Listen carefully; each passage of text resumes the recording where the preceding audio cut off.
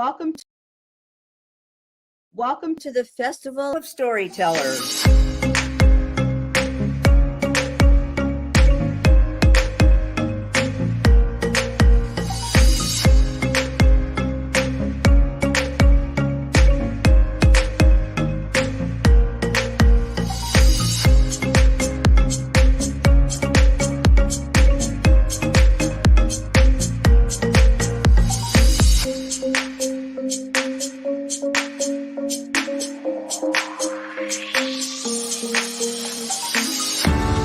I can't tell you how excited I am to be on right now. It's been a couple of weeks of excitement, getting prepared, and I've done a lot of things in my life, but this has got to be close to the top. Thank you, Reader's Magnet, and thank you, John, for putting this forth and taking the chance on us authors in presenting this out to the world. I've enjoyed this immensely, Joanne. Ellie, so have I. Thank you for who you are, and thank you, Reader's Magnet. You all are beautiful, and you've worked so very hard, and we are blessed. We are. I thank everybody that's involved with this process, because we know writers need readers and writers need publishers. We thank Reader's Magnet and everybody that's involved. I love Reader's Magnet. They say, we share your stories with the world.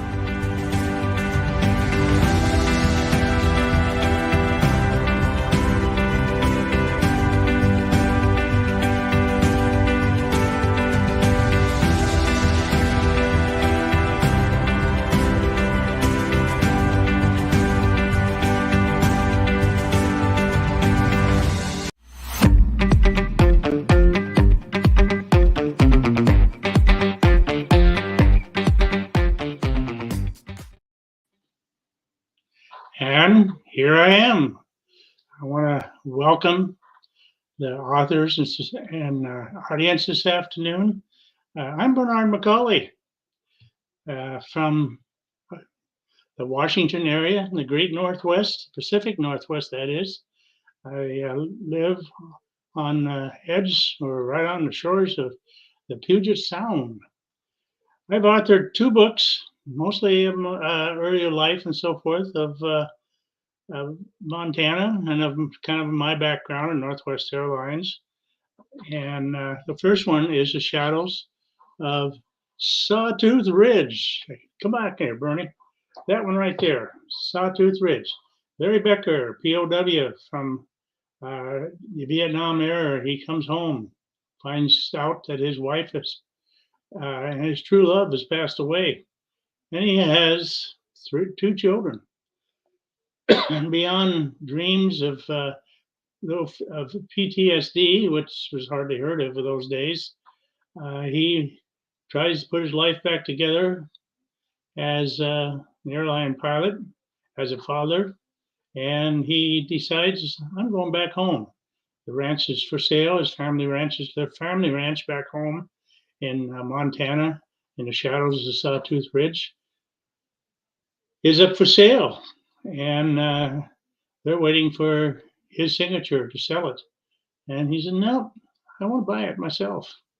So he ends up buying his family's ranch and returning to Montana with his 2 children. And his in-laws, wife's folks, they also returned to Montana with him to get them started going with everything. And they end up making their home also in Montana, in the shadows of Sawtooth Ridge. The next book I'm writing, one of those 2 children of Larry was Joni. One was Joni, the daughter was Joni. The son was Mark. We'll hear from Mark a little later on, maybe next year sometime. But this book here is Joni.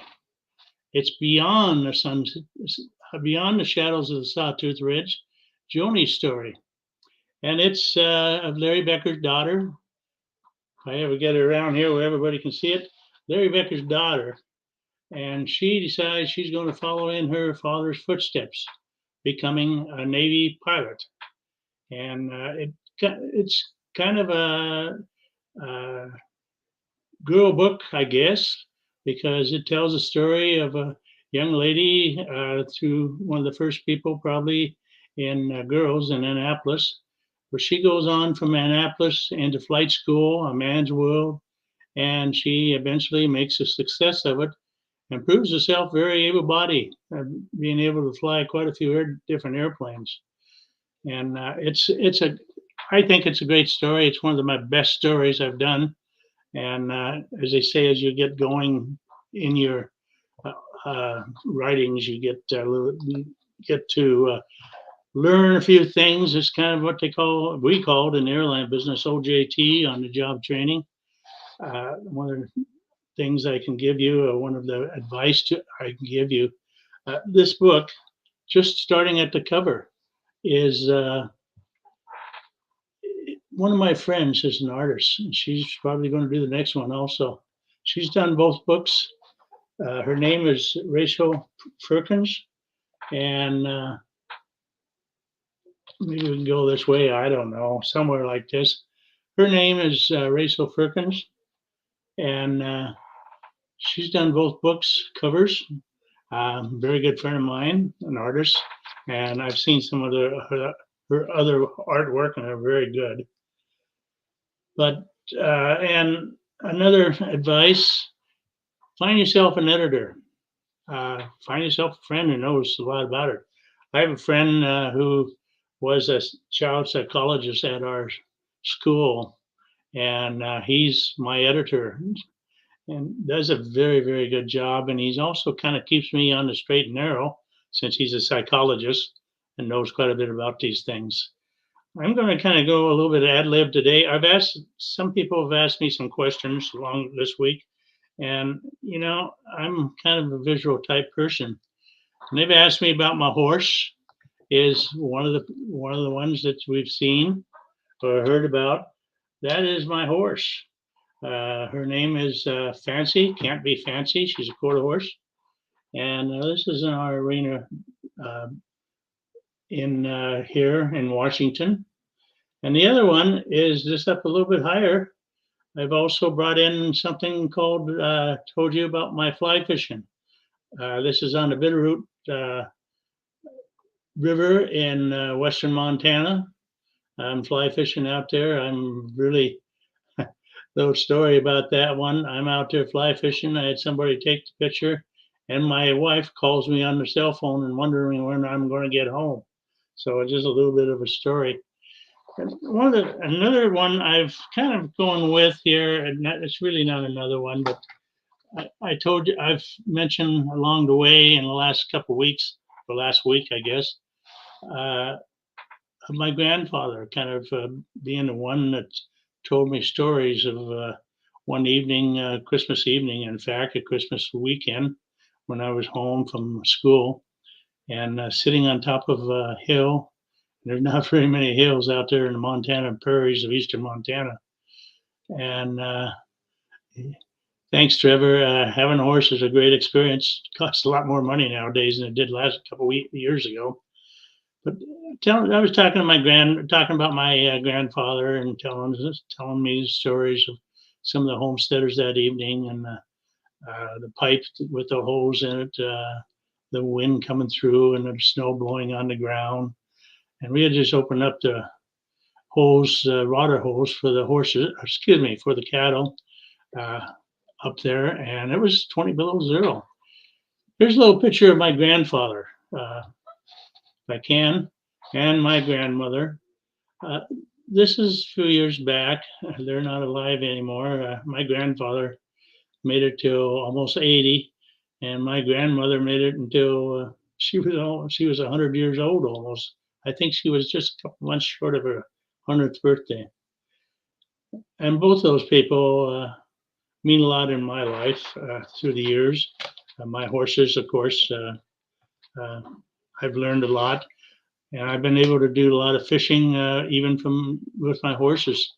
I have a little fly pole, which when you break it up is about yay long, hangs over the saddle horn, flies, sits in a little case about yay big and fits in my saddlebags, and it's fun to catch fish up in the mountains. I mentioned Dewey Lake the other night off the other day off of the Pacific Crest Trail here in Washington, and I've never been able to catch a fish there, so I sometimes feel, I don't know, but they're sure fun to sit out there or sit on the shore and watch them jump for mosquitoes in the evening when you're just relaxing and trying to think of the rest of the world. On my story, if nobody has any questions from there on out, if you want to ask a question, feel free to jump right in there, because I may break up a little bit, but if you have any questions, feel free to jump in and ask those questions. I think in every one of our lives, somebody, like my grandparents, for instance, my mother too, really means about my storytelling into life. My grandmother, my mother, for instance, almost up till she passed away, was very adamant. Her and I would trade emails every night, and she would tell me stories. One being that her and her father, which is my grandfather, they used to make 2 or 3 trips into Malta, Montana, which is from their homestead every fall, haul grain to the elevators. And the wagons were pulled by 2 horses. She was 4 and 5 years old, riding alongside of my grandfather and telling me along the way, this is the halfway place where we stopped at noon and we had our lunch. And ever since I can remember, my grandfather, her father, this is the halfway point home. This is the halfway point home, or this is the halfway to town. And we were 32 miles from town. And this is a time in our lives, in my life, where we had no television, we had no power.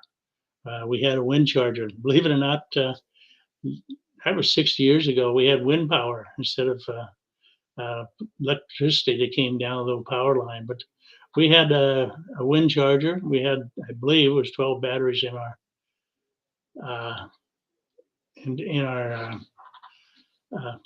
my bedroom. Trevor asked question, how long did it take you to complete a book? The first one, probably about 6 months. The second one here is, again, about 6 months to a year. I don't want to have them come out too quickly or whatever. I said, a new one that is on the printer right now, and I keep going over it and rehashing it and rehashing it and rehashing it. In the first book, you'll find that Larry Becker lost his wife while he was in Vietnam. And when he returned home, he had ended up meeting an old girlfriend, not really a girlfriend, but a friend, who he rode in the rodeos with, high school rodeo, college rodeo. And he ends up meeting her and becoming somewhat romantically involved with her. She becomes very useful to him along the way. Once she went from rodeo to a newspaper person, writing newspaper stories for a local newspaper. But it's on the computer. And been on there for about 3 months. I'm got it out there with a couple friends and say, hey, give me another thing. Give me some ideas, what you think and so forth. And then I'll let Steve Lawrence, his name is, he's also the editor of my book, and he does have it. So it takes about 6 months, 7 months. I think the first book took, I wish I took more time. I wish I knew somebody that was an editor. My problem is I'm dyslexia, and in the first book, you could tell my grammar wasn't all that great. So it's Steve. He puts the correctness into the book, and every one of us, I still think, has a story out that we'd like to see. I mentioned one of our writers in our local lodge here. I belong to a senior group here in Lacey, Washington. And one of the writers does such a beautiful job. She's writing letters between her and another person who ends up in South Africa during World War II, and the letters that go between two probably lovers. That and it's one of those. It's neat things to see. We have another gentleman who's completed a book. I can't think of the name of the book right now, but he ended up being raised in Mexico. And if you want to have a shock of your life, you go from Seattle, Washington, as an eighth grader and end up in high school in Mexico. And it's writes about his experiences in Mexico and being raised in an all Spanish high school. One of the things I'd like to read just a little bit, Joni, as I told you before, she's a naval pilot. She finally meets her man, her boyfriend or whatever, her lover, romantic part of it. And unfortunately, she met him. If you haven't heard that part, she met him on her way home during Christmas one year. She was going home, and this airline pilot sits down beside her, beside her in the center seat. The poor guy's 6 foot tall. He's cramped in the seat between the two of them, tourist class seat, and her and him get acquainted. The next thing you know, he asked her to the dance, New Year's Eve dance, asked her if she wanted somebody to accompany her. And he never mentioned anything about him being a naval officer himself, because one of the things that she said, I never date officers, fellow officers. So he kept his mouth shut until the night he showed up for the New Year's Eve ball at the naval place in Whidbey Island as an officer and outranked her on top of it. But this is the little part I'm going to read you right now. In Montana, we have what we call a branding. It's when we brand our calves, our newly born calves. And being Montana, my grandfather always felt that doing it in August was a much nicer, or excuse me, a much better way of doing it than doing it when they're first born. And her and Jim, his name is, they go home, return home to help their parents brand. And on the way, before they left, Joni's father calls Jim and asks him to pick up the rancher's aircraft from Great Falls, Montana. So when they're flying home from Great Falls, and they're flying over, and all these people, it looked like one big party going on. But the next day, when branding took place, and it was almost the day, and towards the end of the day, this is what happens. Jim, which is her boyfriend, and I were standing with an arm around each other. And something unique happened when a group of visitors surrounded us. Jim's father looked at his son and firmly said that Jim had something to say and he better get it done. Jim released his arm around me and turned towards me on his knees. Slowly, he started on a little speech that he had memorized, pulling a soft little case out of his pocket, which looked like it had been through hell. He reached for my hand. I know we both still have a lot of life, he said. Again, I know we both still have a lot of life to live before we tie the knot. But I love you with my whole heart, and I'm asking you to marry me. He was putting the engagement ring on my left finger as he was making the request. And of course, we go on there later on in the evening. They're all sitting on the front porch, kind of jib-jabbering and discussing the day's events and other things. And they were in view of the Sawtooth Mountains all day long, Sawtooth Ridge. So Joni kind of asked a question. And she asked the question of all the people there. Did everyone know about this except me? I didn't notice that the piano had stopped playing as my father appeared at the door. Yep, he said as he turned around, returned to the house, and sat back down at the piano. Everyone began to laugh. My first face turned a bright red. And it's life. It's life on the ranch in Montana. It's life on the cattle ranch in general. Her father not only returned after Vietnam and after going through several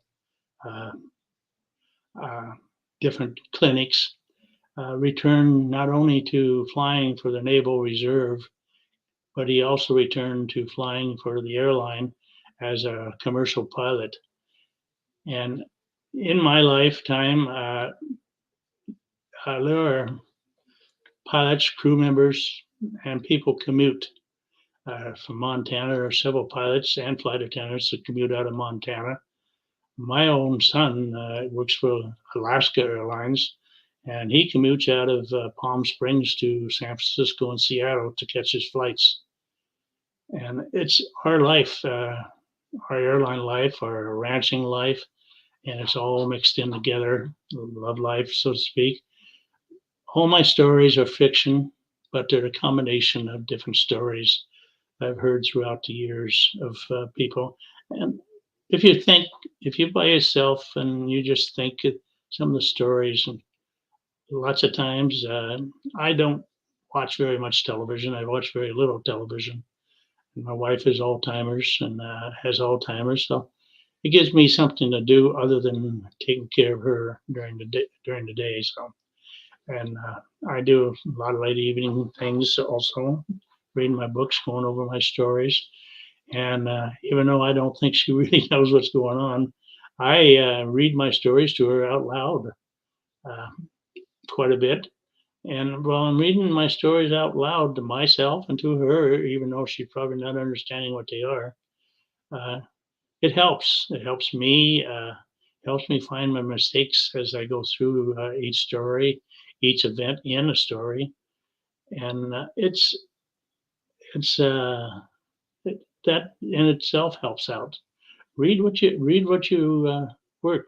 See how you feel. Put yourself in their shoes.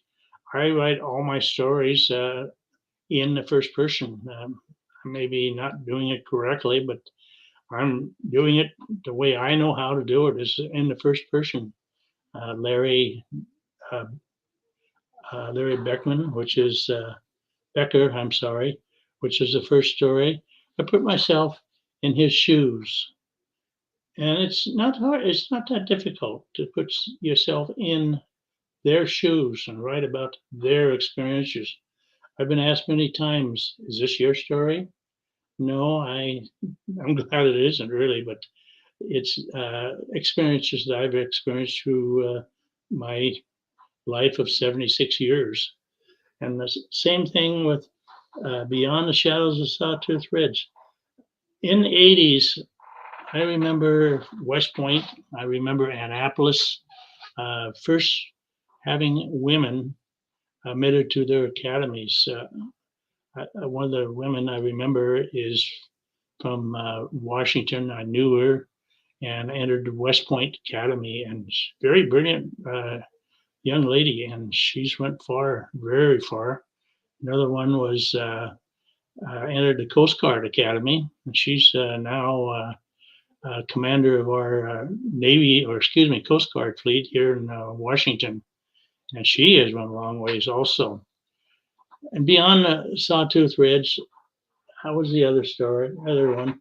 This is a woman's story. It's women's against, not against men, but being in a man's world and being able to compete in a man's world and outdoing men in some respects. One of the items I printed was her lead training officer in Texas. After she had received her wings of gold, he invited her to his home for dinner one evening. And when she entered the home, she was met by two young ladies, teenage ladies, girls. And his reasoning behind inviting her to his home was he wanted to show his daughters that a woman can do it, no matter what it is. So it's kind of a man kind of not looking down on women, but accepting the fact that women are very much part of this world as us men are. And it was the same thing in the airline world. I remember when women were coming out of what an all women's area, which was reservations at the time, coming over to the airport and taking on a job which were normally men. I have a friend who not only after she came out of reservation, she was a cruise director. She pushed bags on the ramp. She was an agent and so forth. We have another lady who came out of a Safeway bakery and over to our place, and now she is an airline pilot for SkyWest Airlines.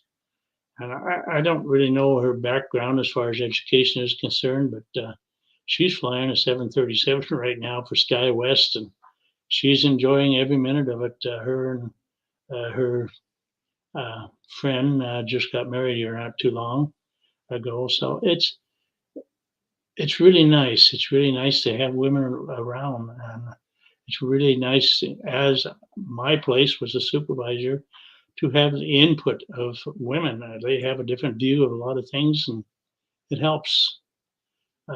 Help me be a better supervisor than I was. Helps me in a lot of ways when you accept their opinions. And I'm a very adamant person in a world of openness and a women where they all can do. Anybody can do anything, whether it's African American or in this case, in my new book, Joni's stepmother is Blackfoot Indian, and her father is German American, and it's two of them to get together, and they end up producing a very beautiful young lady. So it's we're all together in this world. I really don't like to preach it all, but I'm proud of trying to be part of that world and trying to be equal in that world with them all. And a lot of things made me a better man than I am. And again, accept people for no matter what they are. I'd like to go on some more. If you got any questions, feel free to ask me. I love horses. I love fishing. I love trail riding. I've worked up in Glacier National Park for a couple of summers before going into the service. Those backgrounds, sitting on a horse and talking to yourself so your pack mules don't go to sleep behind you. I've seen. I was able. If you ever read the book, The Night of the Grizzly, unbeknownst to me, I ended up being part of that little escapade, so to speak. I was the one that went up to. I was the one that ended up going up to Granite Park Chalet the next morning after the bear attack, and I didn't even know what I was getting into because I'd been driving most of the evening, most of the night, not listening to the radio. So it's we used to during the summer months we used to haul goods into the chalets in Glacier Park and also into the fire lookouts in earlier years and bring the garbage back out. And those produce a lot of stories for me. I'd love to sit down and write them all the time. When I came back from the service, I was in Madigan General Hospital here in Tacoma for almost 5 months. And when you're sitting in a hospital and hardly anything to do, people feel sorry for yourself. You just want to go get away from it. And I went to the library, and that's one thing that a lot of the military hospitals had those days. I haven't been back lately, but is a good library, and I really enjoyed it. One of my stories I wrote was my final day. My grandfather passed away back in 1966, I believe. It was my last trip to the ranch. And along with me was a young lady by the name of Pat. Uh, we could make it into a love story, but as many times during those years, girls, people got, women probably got tired of waiting for us men coming home. And she went and married my best friend. But we are good friends nowadays, so it makes it's a little different. In Joni's book here, Beyond the Shadows of Sawtooth Ridge, uh, may may be there's a little story in there about she met this guy in Texas, and they got to be pretty good friends. But she ended up in the service, and he ended up falling in love with a girl back home. So she got the Dear John letter, only it was a Dear Joni letter, and it goes both ways. It was not really funny, but somebody, one of us who've been there and received those letters when we're in the service, we know what it's all about. In Vietnam, to my way of thinking, people at home, when our servicemen came home, a lot of people still felt it was a news story, television. It was television, probably the very first television war that was ever broadcast. And in fact, it was. And it's people were tired of looking at it. Short, I guess, short memories, and that didn't help the veterans coming home. The other thing that didn't help, if I did a little research on this, is they came home in airplanes. They didn't come home on ships like they did in World War II, where they got a month or so to debrief themselves, talking with other veterans, explaining their different explaining their experiences among themselves. I worked at a lot of Mac airplanes with Northwest Airlines, and they came home, and you get 165 passengers, men mostly, and some women also, on board the airplane. And you're sitting there and cramped up in a 165 passenger airplane, and you're not really talking to your neighbor. You say hi, bye, and thank you, and so forth.